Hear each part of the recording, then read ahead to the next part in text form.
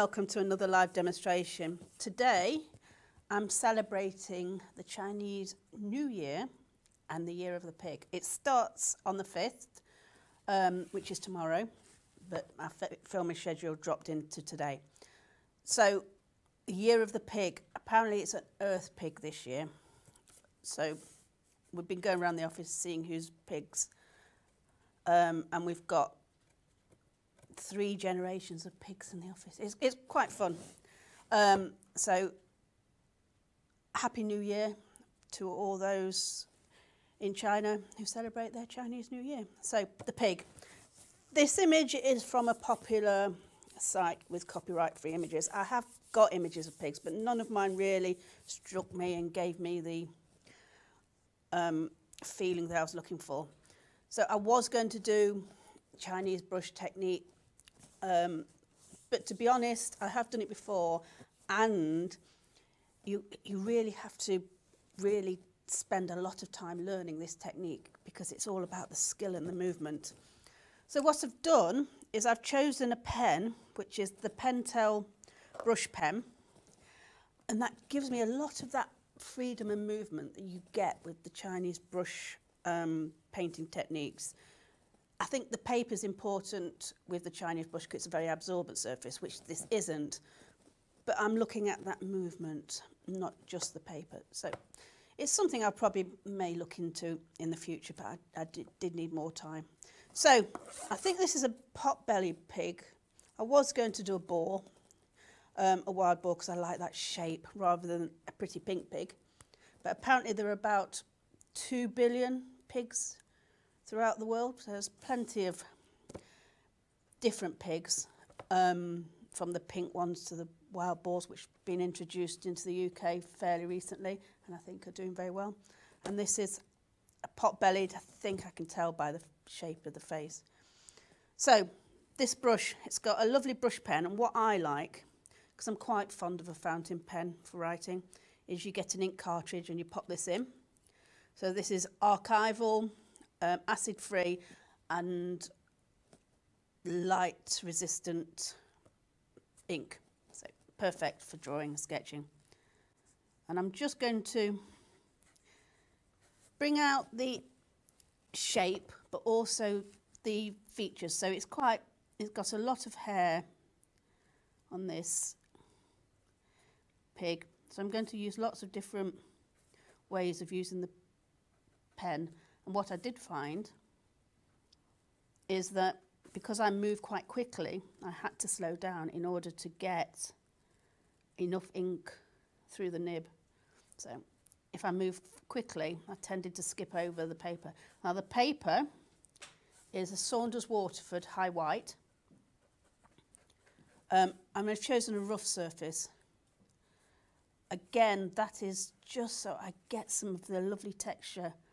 It's really nice to have a paper that actually gives you the different textures you're looking for. It's kind of taken away that element. It does it for you. So you can see I'm just bringing out the lines. So here, plenty of hair that way. This isn't quite as detailed, but what I'm looking for is dense areas. So I've lost that shape, so I need to bring that back. And you can do it very solid because it allows you to, with the amount of ink coming through the brush. But I want it a little bit more textured, so I'm going to do cross-hatching. And you'll see, because I'm working quite fast, it skips on the rough surface. And like I said, I should slow down just to be able to get the ink and allow it to go onto the surface much more solidly, but it's difficult to actually really change the way you work. Right, the eye. I'm going to use this very gently, and you can see there I'm getting a very nice, solid, clean line. Looking at the shape. So he's kind of, I think he's squinting in the sun, to be honest. Okay. So just add a bit of texture over there because they have quite long eyelashes. Looking at the image, I can see there's quite long eyelashes. Right, let's do the blackest area. Just leave, drop. I am going to put, this is going to be a pen and wash, so I am going to come back in with colour, and I can alter and drop back. Okay. Bring this bit out. Now let's bring out some detail. I'm trying to decide how much detail to put on because it's going to be a pen and wash, and I don't want to put too much detail on. That needs to be darker. So really lightly using the brush to get the fine marks, but look how easy it is to create the hair, and you have nice control with a pen. So if you're not confident with this kind of mark making with a brush, you know, pen and wash is a really great alternative. And you'll see when I put the colour on how quick and easy, and actually you don't have to be very precise with that. Okay. And I could be much more detailed, I can be much finer, but what I'm trying to get is that idea with Chinese brush, you usually need to put things down very quickly. Every mark counts. So I think they say in about 8, can you create an image in about 8 strokes? It's all to do with this movement of your arm. And you'll see I move my arm around, and this helps, just makes the marks and decide where you're putting the pen. So quite hairy on the nose. It's not dense hair because you can see the skin underneath, but it is quite bristly, which you'll know if you have hog hair brush. This is what they're made from, pig hair. So a well-known natural hairbrush for oil paintings. So I'm trying to think of different hair. So at the moment this is very even, very the same. So let's see what I can do here. So dense, darker. So with a pen and wash, it's the pen creates a structure, can create the tonal values, the darkness, which I'm doing here, and the wash just adds that little subtle bit of colour. So this here is one of the darkest areas, and you have some. And I'm not going to do every single bit of hair. What I'm doing is a suggestion of direction. I am jumping around, sorry Gary. Just the reason I'm jumping around is because I'm thinking about what different types of hair, which direction are they going? What shapes, what patterns, constantly reviewing the original. Not so much for detail, but shape. Am I getting the shape that I'm wanting? Holding my brush in a different way. And this is something that you probably need to practice. Something I do and I've always done, but by moving the pen around as you would do a brush, you get different marks. So I've moved it because down here I want to use the side, and this is where you can see that lovely texture from the rough paper. So like I mentioned, Saunders Waterford, high white, rough surface. So just giving me texture, and I'm going to use that in the ear here. So give me another tonal value without being too harsh or strong, which is difficult when you've got a black pen. It's difficult not to get a very solid black line. Okay, let's go on to the snout. Now, from what I was reading about pigs, their snout is a very important piece, but they have about 15,000 sensory receptors, where as a human, I think we only have about 9. So they're so ultra sensitive. Right. So long bristles here, very much like a moustache. But I want to show that this is solid, so it's the mouth kind of kicks into a smile. I think pigs can have a really kind of a smiley face. Chinese New Year, so what do I know about that? Year of the pig, Earth pig, and apparently the pig was the 12th animal to arrive at the emperor's party, and because he overslept, which is why he was the 12th. And I think it was you got your number from when you appeared at the party, and the pig was last because he overslept. But they're supposed to be an honest, intelligent, for those in the year of the pig. And actually pigs are very intelligent animals. According to scientists, they can have the intelligence of up to a 3-year-old child, which, is amazing. So they're happy to wallow in mud, but actually on the intelligence scale, they're quite an intelligent animal. Which animal are you? We had this last year because only last year I found out that I thought I was a dog, but I'm not. I'm a rooster, and that's just because my birthday falls literally days before the Chinese New Year. So I was looking at the year, not actually the Chinese New Year. So only last year I found out I'm actually a rooster, not a dog. Why? What are you, Gary? I'm a rabbit. You're a rabbit. A wascally wabbit. Yeah, like I say, we were quite impressed that we managed to find 3 generations of pigs in the new year, in the office. So that was quite impressive.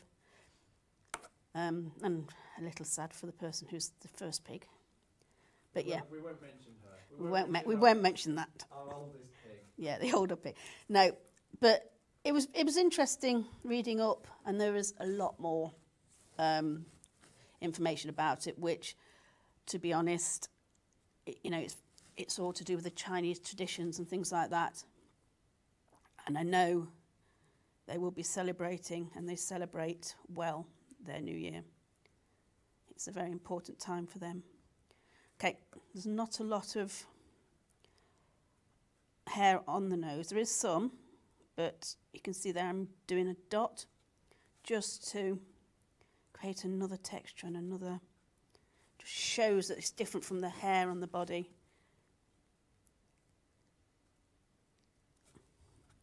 A little bit of hair, but not too much. I don't want to have it look the same. So hair coming out around.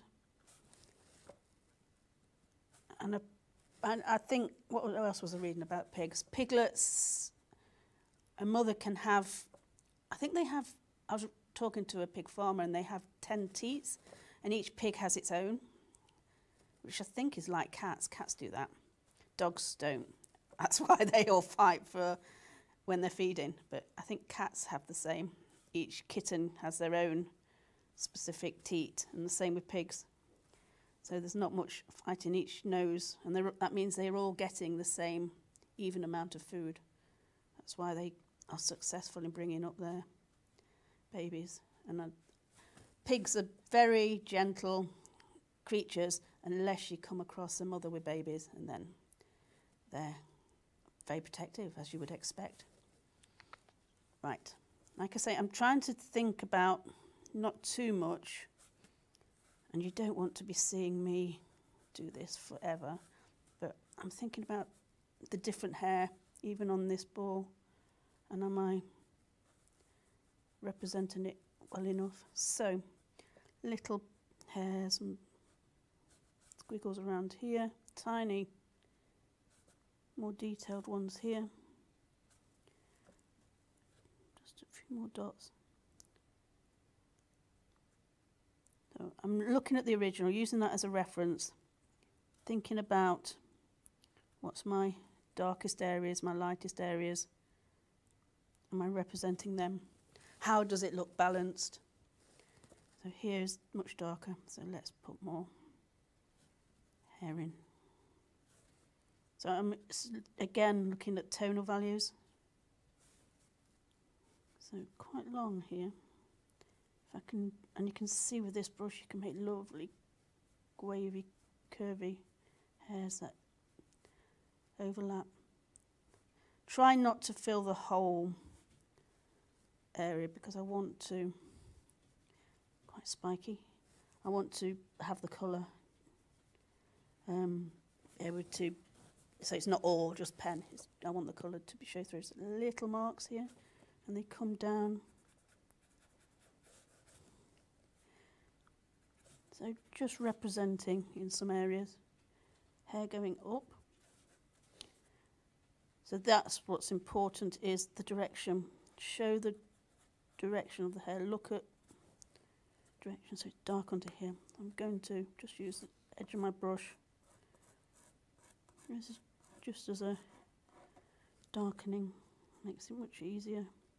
Like I said, I have to slow down just to be able to pick up.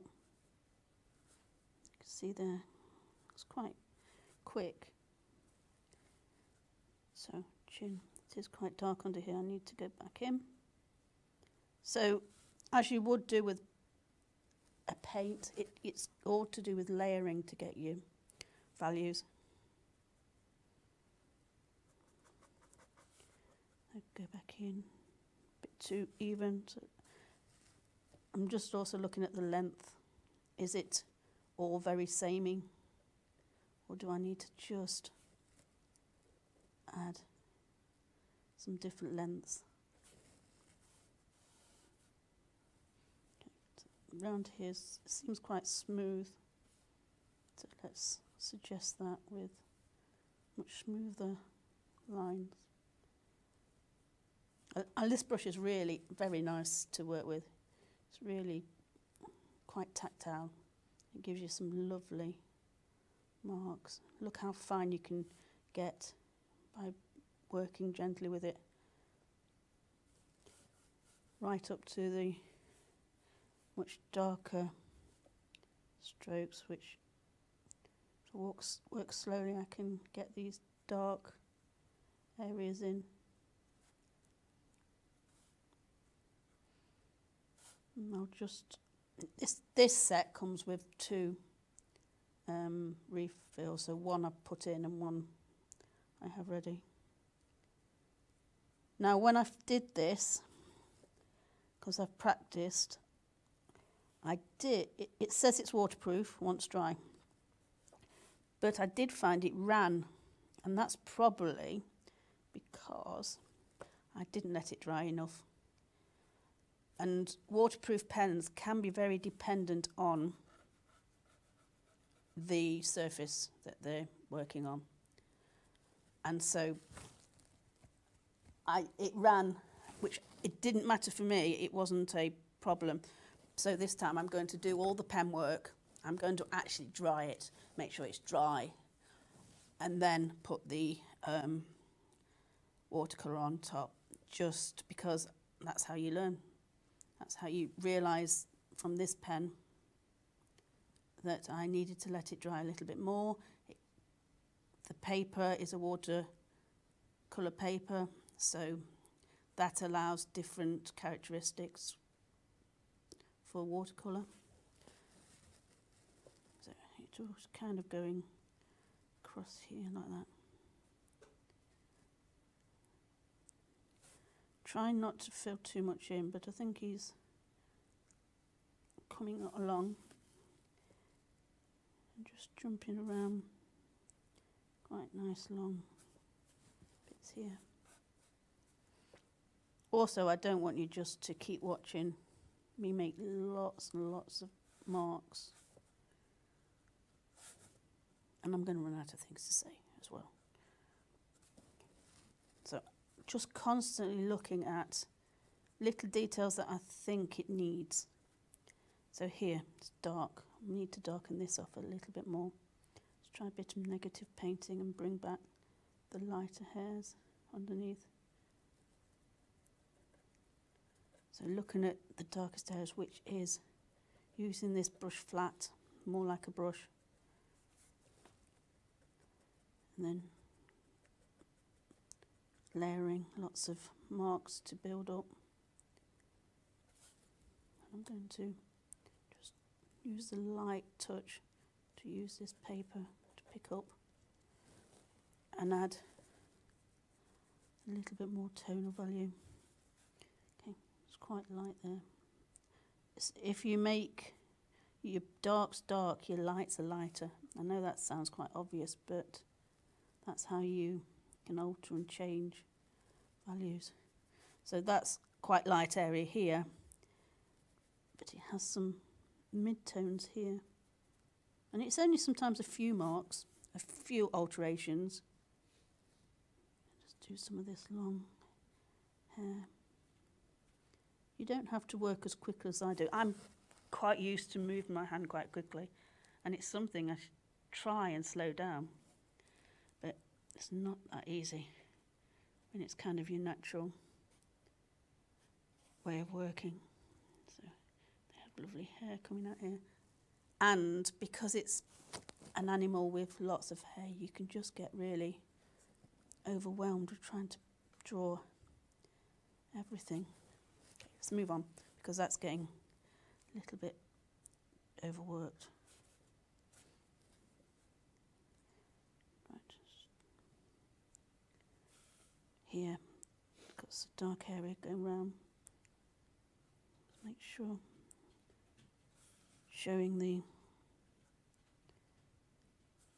dark areas. So maybe even as an artist, you kind of add a little bit more drama. So this, I'm making this a little bit darker, just to show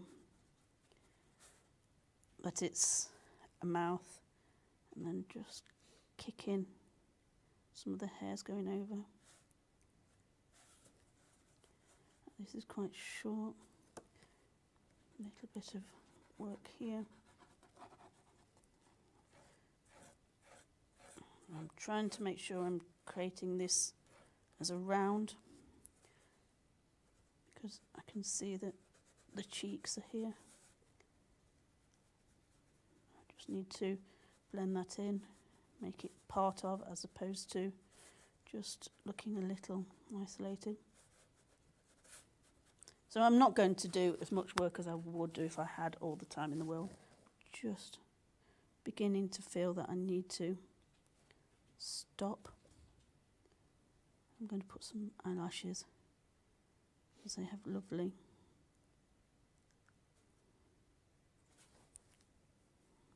little bit here, and I've not got much up here, so it's quite blank.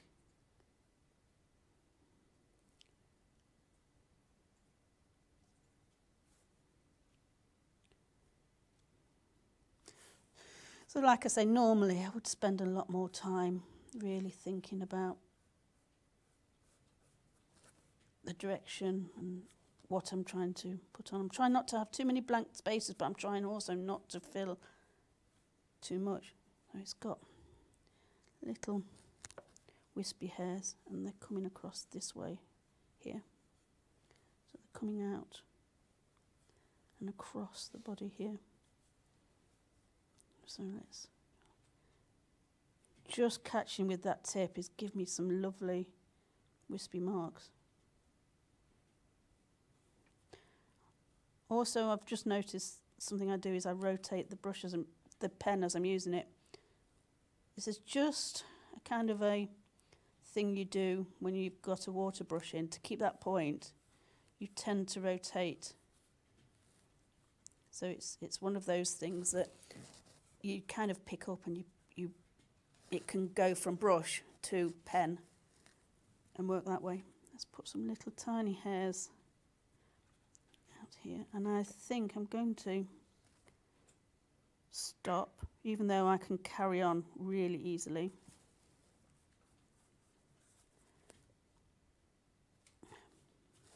What I'll do is I think I'll stop, let it dry. If there's any marks I want to put on, I can come back to them. And then I want to get onto the colour. So join me in a moment while I can get this dry, and then we can put some watercolour on.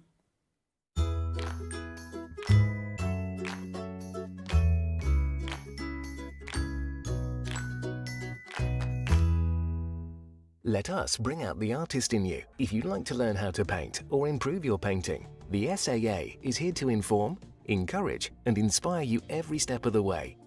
When you become an SAA member, you get so many benefits, including the free bi-monthly newsletter Paint, packed with inspiring step-by-step projects, fascinating articles and detailed information to get your creative juices flowing. Discounts on over 13,000 art products featured on the SAA website and in the Home Shop catalogue, with free order line and free delivery in the UK mainland. A devoted SAA team on hand to answer your questions and give you the confidence and motivation you need to start painting and develop at a pace that suits you. Plus, a free welcome pack filled with gifts and practical help to get you started, as well as the opportunity to make friends with like-minded people. Best thing of being a member is the inspiration from the magazines, to be able to purchase things at a very reasonable price. Yeah, you get the reduction on all the materials, the advice you get. I could shop from home. It's a community. It seemed like a very friendly sort of organisation. If somebody's thinking of joining, don't spend too long thinking. Just join. They'll love it.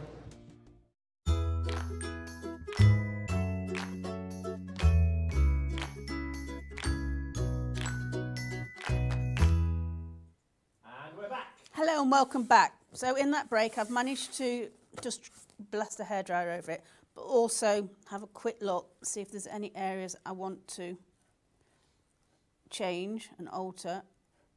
And I won't have time to blast this, so I'm running the risk of a little bit of bleeding, but I know that. So it's looking a bit flat here. So I just want to bring out those wrinkles and a bit more tonal value just to make it more rounded. Just using the tip, this side of the brush, just to add a little bit more strength of the depth here. And it doesn't, like I say, it doesn't need to be much. No, I'm going to stop because I'm going to do too much. Just maybe a bit here. Okay, stop. So, should really allow that to dry, but I'm going to go in with a wash because I'll just see what happens. So, pen and wash, yes, picking it up. Like I say, it's totally dependent on a couple of things. How black it is. So even with a blast of a hairdryer, I should have left this dry. Could be the paper. So the watercolour paper is still allowing the pigment to move. So as with anything, test first. Or I've just literally not let it dry and I've been too impatient. But I was aware of this, I was prepared. So it's not an over worry. But if you are wanting this not to run, because it does say it is waterproof, I would test and just see how long you need to leave it before, because this is actually quite running, but I would say that's because of the very dense pigment. So the pigment on the paper attaches itself, but the very dark areas, there's pigment on top of pigment, and that's sometimes what's moved. Not a problem, that's quite nice actually. But you can see it is waterproof because most of it doesn't move at all. And you've still got that lovely mark. But unfortunately it's just picking up some colour. But it's not actually unfortunate because I think, what I'm going to do, I'm going to put some colour on.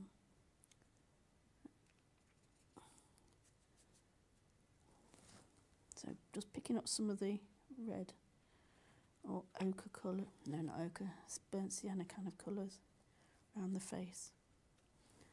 And this is a wash, so I'm going to do it quite light. Pick up some orange. Oops, it's quite an opaque colour.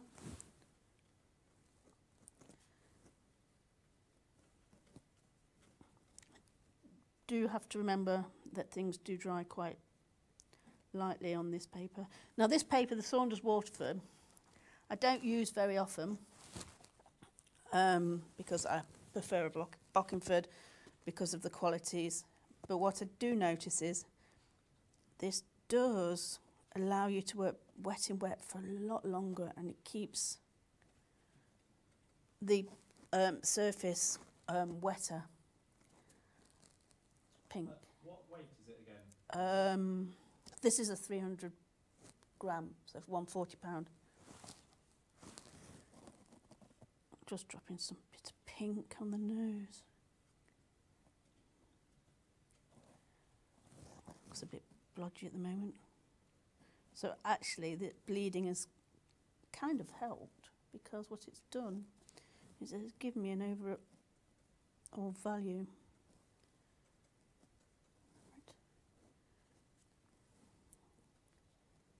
And look at that lovely colour it's coming through. So the reason I've got a swatch is I can't always tell what colours. The very dark colours look very dark, and I can't always tell. So this is I would say, Payne's grey of some sort. So the paints I'm using are the St. Petersburg White Knights, which are lovely moist poured pans. And moist poured means the paint is poured into the pan instead of baked, which gives me that really very instant colour. Oops. And I don't have to scrabble around to pick it up. I'm going to get some ochre bits. Oops, picked up the red.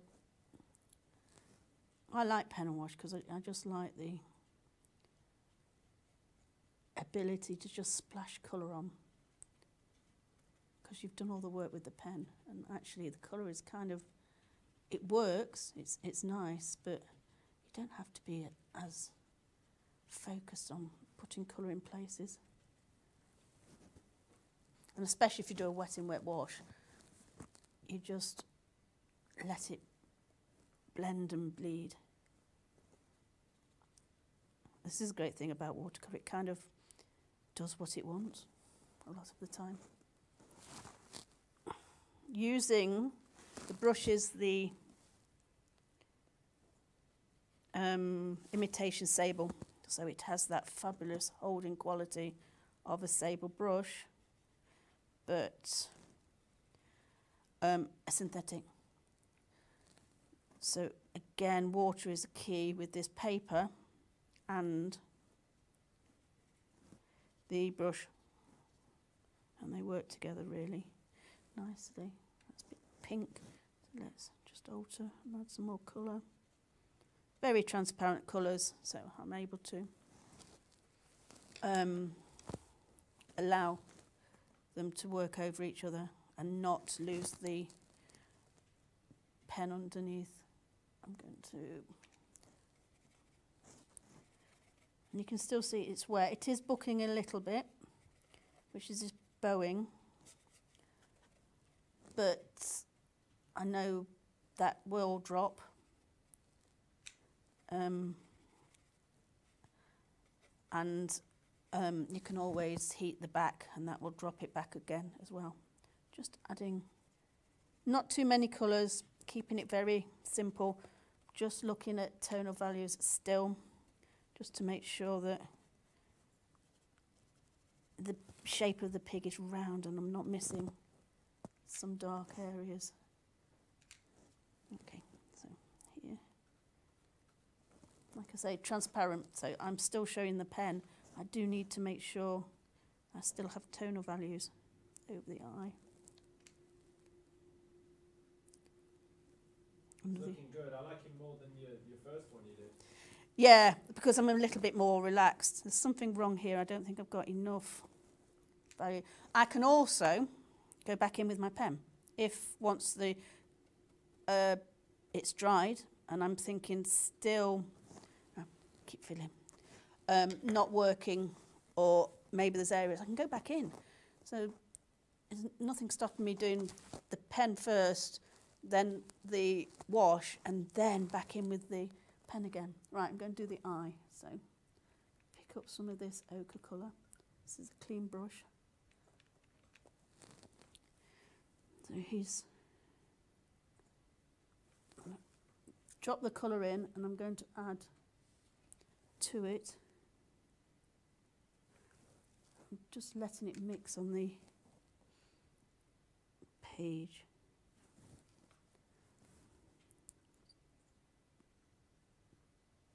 I quite like that orange in it.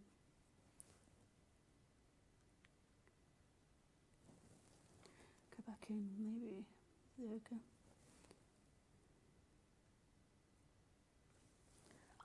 And let that, leave that.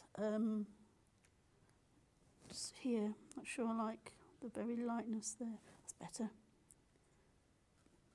Left it too light around.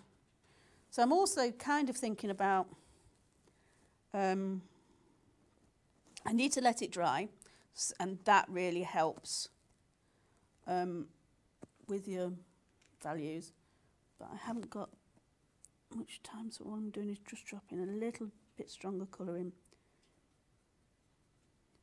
So what colours have I used? I've used probably the alizarin, the orange, the ochre, the brown and the black. So at the moment, not filling too many colours. I'm just, because this is dark, I want to make sure. Pick that up.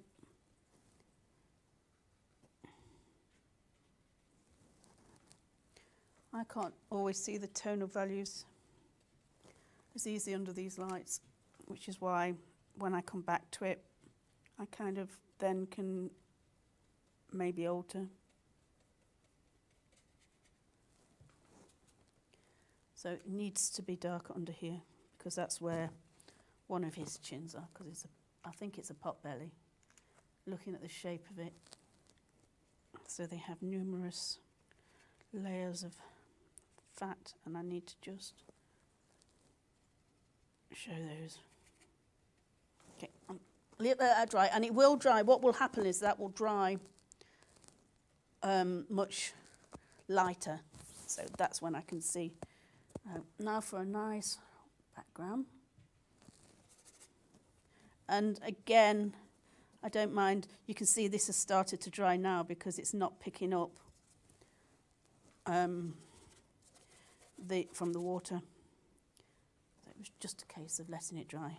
But have lots of different papers, try it and see how long it takes, because you don't want to be surprised when you think it's going to stay put. Okay, just wet water. Well, wet water, that was daft. I meant clean water.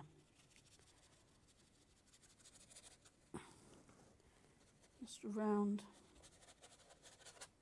Now I'm thinking about a colour for the background, because it doesn't always have to be blue. It's going to be blue, but the reason for that is because of the colour in the pig. So the oranges and the blue will complement. I just need to check I'm picking up the right blue, because I've got a phthalo and a ultramarine in here. Ultramarine. The blue will pick up and complement the orange, but I'm going to take it in as well. And so I find if you've done a background, you need to make sure that it also has some colour in the subject. So blue is not a colour you would think you would throw into a pig, but just touches and it just makes it as a whole. And there's no right or wrong rules about I like that. The colours. It's your picture. But see here, this is lovely. This is the great thing about this Saunders Waterford. It's lovely. I left it and it carried on moving, and I'm not always that careful putting it on, and it's not creating the cauliflowers because it stays that much wetter for longer. So again, just find a paper that really suits your style. Okay, so slightly different. Much bluer on this side, lighter on this side. That's good. It gives me a balance. And now I'm just going to load up my brush and then splatter. It was just something I tried, and I really like and because this stays wet, it kind of bleeds. Let's get some into the pig. Look at that.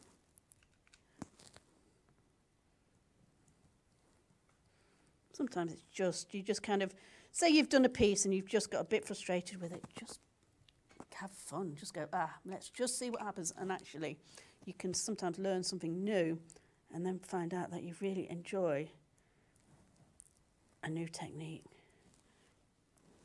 Look at that, that's looking fab. I didn't want to use red. The one thing I didn't want to use red because I've seen red done that way before and it looked a little bit macabre. Brown.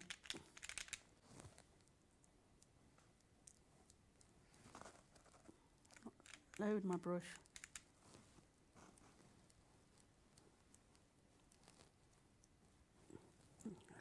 Oh yay, that's what I was looking for.